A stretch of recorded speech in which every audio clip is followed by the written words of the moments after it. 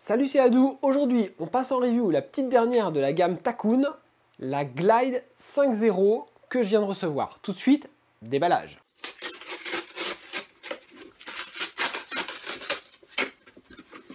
Colis Takoun. C'est un gros carton ça. Vous voyez une planche qui fait 500 litres. J'espère que la review va vous plaire.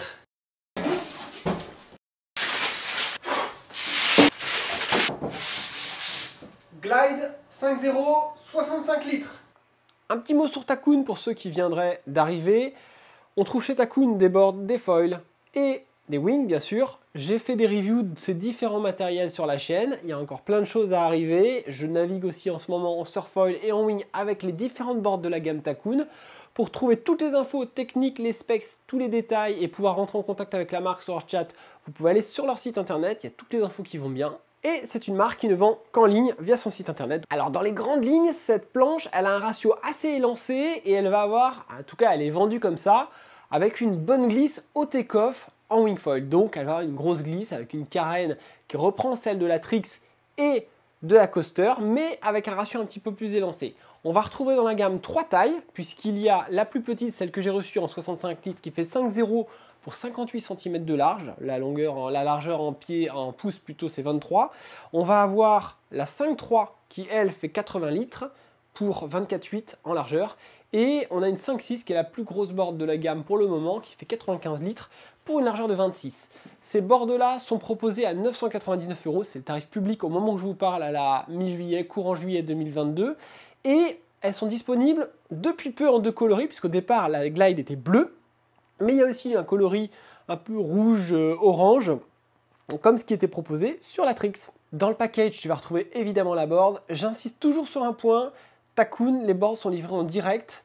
Ça a un coût, le frais de port, mais elles sont hyper bien emballées dans cette espèce d'emballage éco stretch, plus dans du carton. Les flancs, le tail, le nose sont protégés par des plaques en polystyrène rigide. Tu reçois ta planche, la probabilité pour qu'elle ait un pet est vraiment très faible. L'emballage est ultra méga soigné. Côté conception, toute la gamme Takoun cette année, que ce soit les planches de surfoil, les planches de wing, sont conçues en carbone. La techno, c'est de l'infusion. On a un pain de mousse hydrophobe qui est hyper dense, qui est étanche. En cas de pet, c'est un pain de mousse qui ne va pas faire éponge.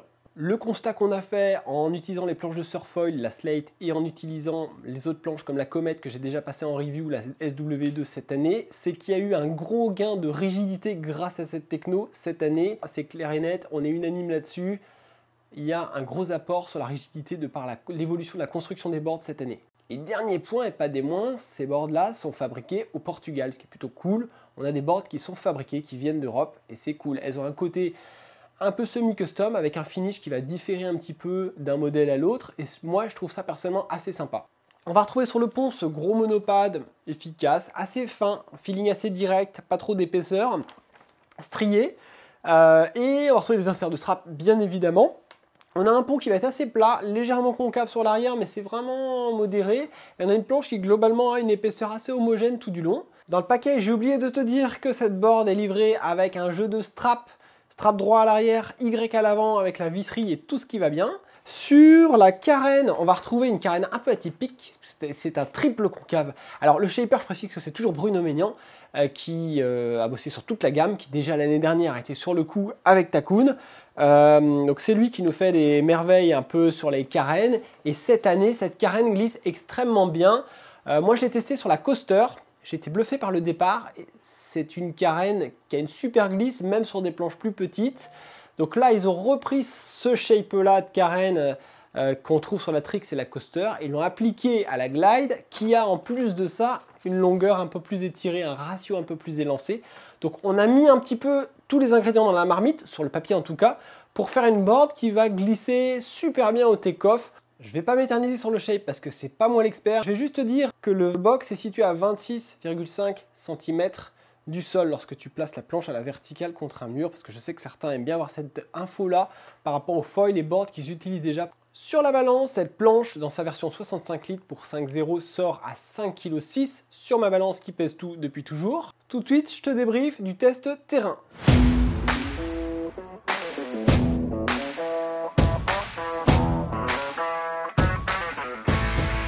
J'ai testé cette planche dans une configuration bien particulière, mais dans laquelle elle me semble très adaptée. Je l'ai testée sur du flat, en freeride, et j'ai choisi de la tester en strapless uniquement pour une fois. On a eu du vent très très faible à médium, ou plutôt l'inverse, puisqu'on a une session au cours de laquelle le vent est tombé, du moins la première session que j'ai faite avec. Et j'avais avec moi une 4.3, j'avais pris la Kujira 1095, parce que c'est un foil qui porte pas tant que ça à basse vitesse et qui va être assez adapté sur cette planche. L'idée, c'est d'avoir une grosse glisse. Le fait d'avoir une grosse glisse te permet soit de mettre une plus petite wing, soit de charger moins en foil pour décoller aussitôt. Je reprécise que je fais toujours 1m70 pour 60 kg, donc là je suis en léger survolume, j'ai une planche qui me porte quand je suis debout. On va mettre à l'épreuve la capacité de la glide à décoller dans le light. La première chose qui me frappe, ressenti premier bord, donc déjà plage basse, pumping, j'ai commencé à pomper avec ma 4.3 et la glisse est instantanée. J'ai vraiment une grosse glisse là où des planches plus courtes que j'utilise mais que j'adore vont pousser un peu plus d'eau. Là on a une glisse qui est accrue. J'avais trouvé que la coaster partait assez tôt. La coaster est assez épaisse mais elle est courte, elle fait 4,7 et enfin la 70 litres. Là, on a un plus petit volume, mais qui part nettement plus tôt, enfin qui part encore nettement plus tôt. Après, votre technique va venir diluer votre capacité, améliorer votre capacité à partir tôt. Et finalement, avec un peu tout et n'importe quoi, vous allez réussir à voler tôt. Mais clairement, si tu n'as pas envie d'être tonique, si tu as juste envie de te laisser glisser pour monter et prendre de l'altitude sur le foil et décoller, faire ton take-off sans trop d'effort, avec cette planche, tu vas pouvoir le faire. Et encore, j'avais un petit volume.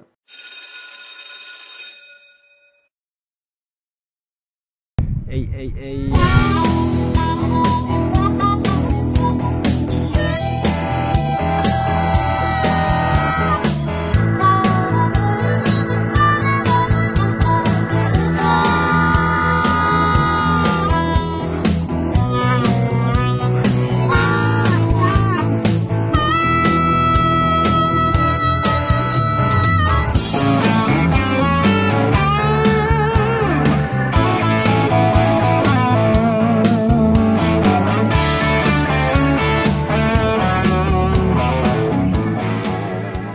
Donc là, vent light, petit pumping juste avec les bras, je laisse accélérer ma planche, elle accélère très vite, elle s'arrache vite de l'eau et c'est parti. Au water start, ce qui est sympa, alors c'est là où on ne pourra pas recommander cette planche à n'importe quel niveau, même dans les gros volumes, il ne faudra pas forcément la recommander à un débutant, il faut quelqu'un qui sache déjà naviguer, je dirais. Après, tu n'as pas du tout besoin d'être expert, je ne sais même pas si tu as besoin de passer un jibe pour utiliser cette planche. Moi, ce qui m'a frappé, c'est la stabilité longitudinale. Alors, elle est relativement étroite, donc en stabilité latérale, dans un petit volume, moi je l'ai trouvée confortable parce que je suis léger. Tu pourrais la trouver plus instable, peut-être qu'une coaster, qu'une comète qui va avoir plus de largeur. Par contre, pour moi, ce qui me paraît le plus important sur une planche, c'est d'avoir de la stabilité longitudinale. Parce qu'autant la stabilité latérale, tu peux la compenser en t'appuyant sur ta wing. Grosse averse, mais bon, petite risée. Autant la stabilité longitudinale, tu n'as aucun endroit sur lequel t'appuyer. Tu ne vas pas t'appuyer sur le nez de la planche ou sur le cul de la planche. Et la planche, en général, soit elle pique du nez si tu as les genoux trop avancés, si ton poids du corps est trop reculé, elle va couler du cul. Donc c'est un peu délicat sur certains flotteurs quand on commence à être dans des volumes comme ça aux alentours de 60 litres, quand on fait 60-70 kg. Et là, comme on a de la longueur, sans avoir un survolume au nose, on a juste de la longueur, on a une planche qui est bien assise dans l'eau et même si tu es un peu trop en avant, trop en arrière, qui va garder de la stabilité et de la tolérance. Et ça, c'est important dans les phases de water start. Et là, je pense plus au niveau intermédiaire en phase de progression qu'à l'expert qui va être à l'aise en toutes circonstances de la 45 litres à la 80 litres.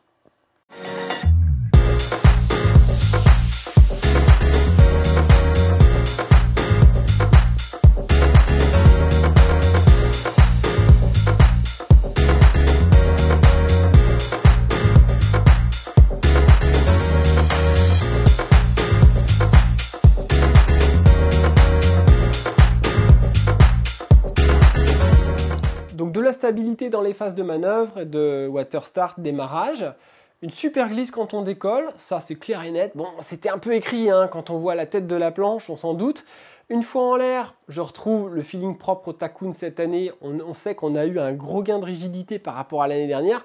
Moi, l'année dernière, en planche de série, je ne passais pas autant de matos en review, hein, j'avais pas du tout autant de matos. J'avais choisi la Comet SW-V1 en 4.8. Elle faisait 65 litres. Clairement, là, on le voit avec la Slate avec laquelle je fais beaucoup de surfoil, c'est la même techno. On le voit avec cette planche et toutes les autres de la gamme. Dès l'instant que tu vas commencer à pomper avec la wing entre les mains ou en free fly, on a une board qui est en béton armé, elle est super rigide. C'est une barre à mille là-dedans.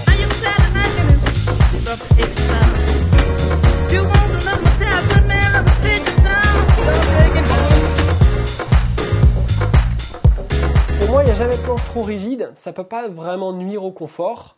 Ça peut être le cas avec des mâts en foil, mais sur une board, je pense qu'il n'y aura jamais de planche trop rigide. Donc moi, je vois vraiment ça comme une qualité parce que j'estime que dès que tu vas vouloir changer de direction, avoir des appuis sur les pointes de pied, talons ou pomper, appuyer sur la planche, sur le pont de la planche pour te déplacer en free fly dans les vagues, dans la houle, tu vas avoir un feeling qui va être très direct.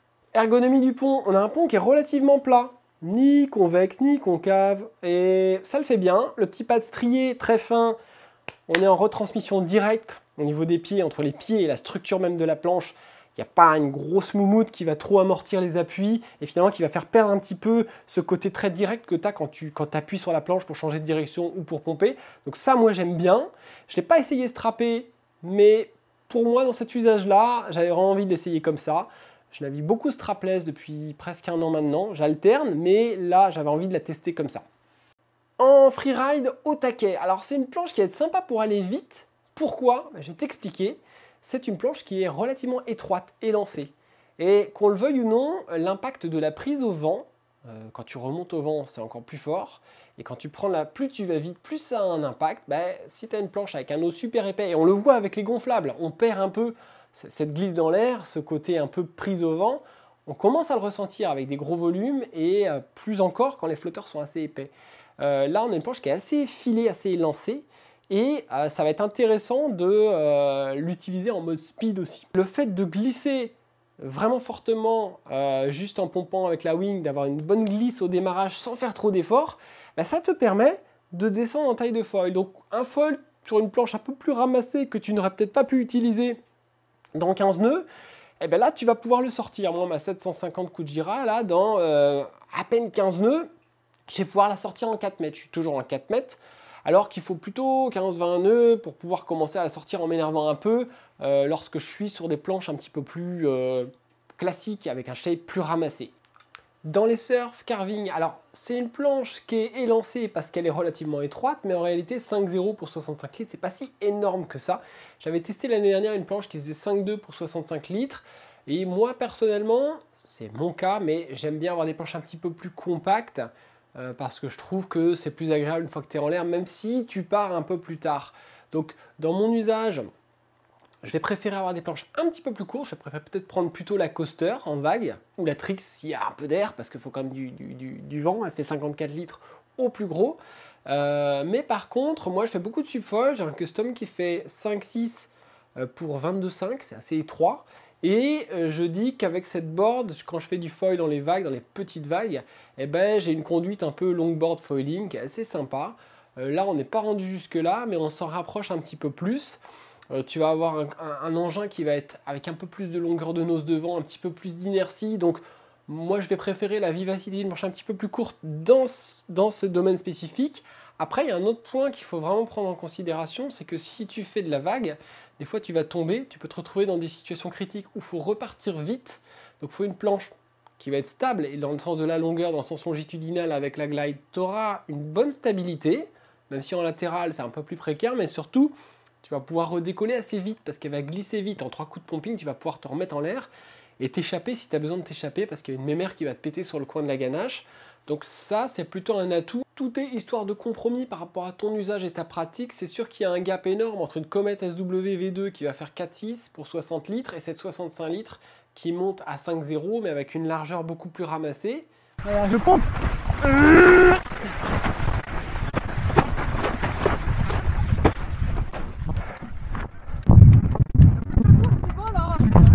Il faut pas poser. Si je pose, ça marche plus. En downwind, par contre, ça va être assez sympa parce que le fait d'avoir une bonne glisse, tu vas pouvoir partir dans pas grand-chose et voler. Et surtout, si jamais tu touches, tu retombes, tu replaques, tu peux repartir assez facilement. Ça, c'est flagrant. On a beau avoir un peu de longueur de nose, quand on tape, il n'y a pas d'effet coup de frein que tu pourrais avoir sur des boards beaucoup plus ramassés avec un nez un peu patate. On a un nez qui, malgré tout, reste assez fin. Et au niveau des rails, quand ça touche, on a plutôt tendance à ricocher qu'à être stoppé net. Donc ça, moi, je trouve que c'est un bon point. Le petit jibe. Ça me permet de faire la passerelle avec les manœuvres. C'est pareil, dans les manœuvres, quand le vent est vraiment très très light, si jamais tu as le malheur de poser en fin de tack ou en fin de jibe, tu vas pouvoir repartir assez facilement en relançant avec ta wing, en pompant un petit peu. Donc on a un atout qui vient faciliter la navigation dans des vents relativement faibles ou dans des situations critiques où il faut repartir vite. Alors cette planche, elle est pour qui? Alors moi j'ai identifié plusieurs pratiquants. Il y a de manière générale celui qui veut optimiser sa plage basse. Que tu navigues dans des vents faibles, que tu navigues dans des vents asthmatiques ou par exemple en lac. On sait qu'on a beaucoup de pratiquants en Île-de-France mais aussi partout ailleurs sur des plans d'eau intérieurs où le vent va être un peu plus rafaleux. Et ben cette planche elle va glisser tôt, donc elle va repartir tôt si tu fais des touchettes. Elle va avoir une bonne glisse au départ, donc ça c'est plutôt intéressant. Ça c'est la première chose. Ensuite, elle va être adaptée à des pratiquants qui veulent utiliser des foils high aspect ou ultra high aspect avec des gros ratios. Quand on tombe au-delà des ratios de 9, 10, on a des foils qui ont très peu de cordes. Donc, qu'est-ce qu'il faut pour décoller? Il faut beaucoup de glisse au démarrage. Donc, pour ça, il faut des flotteurs qui vont avoir une sacrée glisse, qui vont être assez élancés, vont avoir un shape qui glisse à fond. Cette planche-là va répondre à ce besoin spécifique. Ça va te permettre, dans des vents relativement faibles, de quand même prendre des foils qui ont des ratios assez élevés et qui ont peu de portance à basse vitesse. Ensuite, c'est aussi une planche qui va convenir, alors dans des volumes supérieurs à la 65 litres, bien sûr, je pense à la 95 litres, ça va permettre à des gros gabarits de décoller tôt sans avoir pour autant besoin d'aller taper dans la 120, 130 litres, d'aller sur des gros flotteurs. Donc ça, c'est intéressant. Donc le gros gabarit est aussi pris en compte et aussi targeté par ce flotteur. Moi, j'en suis convaincu. Et aussi, tu vas avoir le pratiquant débrouillé. Alors cette planche n'est pas faite pour un total débutant. Attention, il faut plutôt vous orienter sur la comète. Les comètes ont de la largeur et de la longueur, donc stabilité longitudinale et latérale. Donc ça va être des bons pontons entre guillemets pour débuter sans galérer et ça va être beaucoup plus facile. Par contre, dès que tu es un pratiquant débrouillé, tu as le vol stable, tu commences à faire des jibes ou tu apprends le jibe, tu peux aller sur cette planche-là, il n'y a pas de souci. Moi, je l'ai fait tester à mon père, qui a plus de 67 ans. Il était habitué à être une 120 litres, il fait 55 kg. Mais il avait peur de descendre en volume et de perdre en confort. Donc, on a fait l'expérience, on lui a mis une 95 litres glide sous les pieds. Voilà le résultat.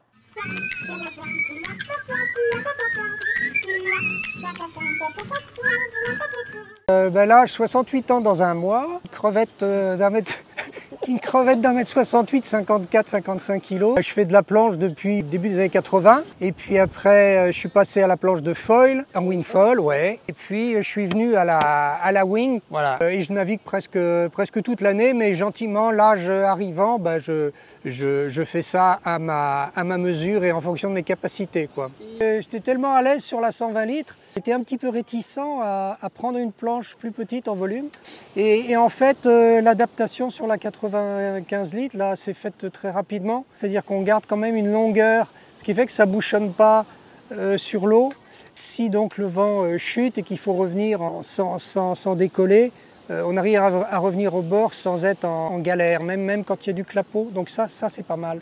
Alors en fait, moi, un peu ma conclusion, donc, qui est subjective en ce sens que c'est par rapport à mes capacités, mais je dirais que bon, je suis à un niveau intermédiaire, c'est-à-dire que mes jibes sont absolument affreux et j'en réussis 3 sur 10 à peu près.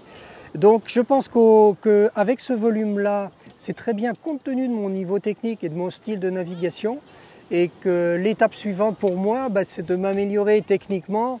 Et à ce moment-là, peut-être que je vais voir à un moment donné de dire maintenant je pense que j'ai un niveau technique suffisant qui me permet ou qui me donne envie de descendre en volume un peu plus bas.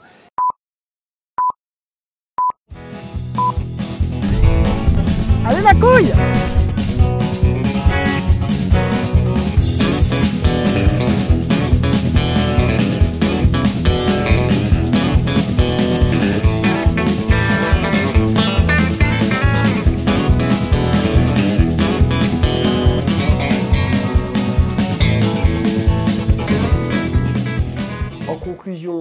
tu cherches une board dans la gamme et tu as du mal à choisir, clairement, l'option Lightwind, l'option glisse, l'option départ vraiment précoce dans le Lightwind, dans les petites conditions, c'est cette board, quel que soit ton gabarit, c'est cette board qu'il faudra choisir. Dans mon cas, je préfère utiliser des boards un petit peu plus compactes pour l'usage vague, même si je sais très bien qu'elles n'ont pas la même capacité à partir aussitôt dans les vents légers, et notamment avec des foils ultra high aspect qui ont besoin de glisse. Donc généralement, je sors dans des vents un peu plus forts où j'adapte un peu la surface de ma wing. Pour moi, ça reste une excellente option, subfoil, downwind, décollage dans le light.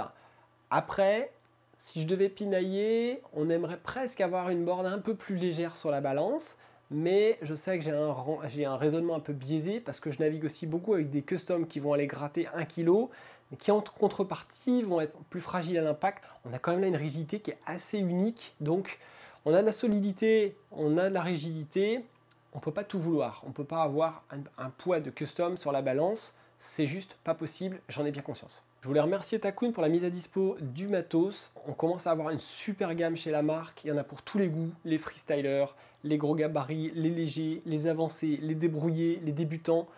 Que ce soit sur les wings, sur les foils et les boards, on commence à avoir une offre qui est très étoffée, avec rien de gratuit à l'intérieur. Mais malgré tout, on reste sur un prix qui est hyper contenu. Encore une fois, on est en dessous des 1000 € sur cette glide qui maintenant est proposée en 2 couleurs. C'est vraiment sympa, qualitatif, costaud. On se retrouvera pour d'autres vidéos sur les autres boards de la gamme. C'est en cours de montage, il y a beaucoup de choses en ce moment. Je vous dis à plus, profitez bien de vos sessions, c'était Adou. Et n'oubliez pas de vous abonner à la chaîne ou d'aller sur le forum si vous voulez voir des feedbacks ou laisser vos avis sur ce matos si vous l'utilisez déjà. Je vous dis à bientôt, bon vent, bye bye.